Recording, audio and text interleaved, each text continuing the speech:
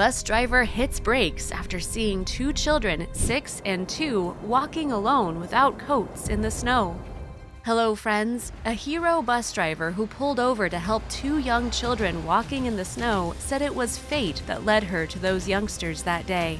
Had she not started her route 5 minutes early that morning, she wouldn't have seen a 6-year-old boy and his 2-year-old sister wandering in the snow without an adult. Neither of the kids had coats on, and the toddler was just dressed in a t-shirt and diaper with nothing on her legs. Bus camera footage caught the moment when Nicole Chamberlain first spotted the children shouting "Whoa!" and quickly stopped the bus on a snowy morning in Wisconsin when the temperature was just 18 degrees Fahrenheit, -7 Celsius. The bus driver saw the two children walking alone and not properly dressed for the weather and knew something was wrong.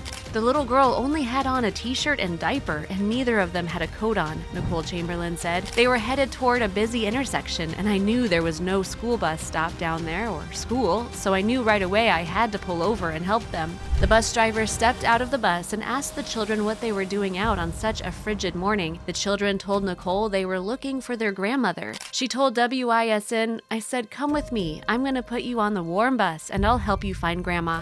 She took the 2-year-old in her arms and guided the 6-year-old onto the bus, sat them down, and called the police. She even put her coat over the toddler's bare legs to make sure she was warm before calling for help. The children had been reported missing by their grandma, who had been watching them but had to go down into her basement. When she came back up, the children were missing.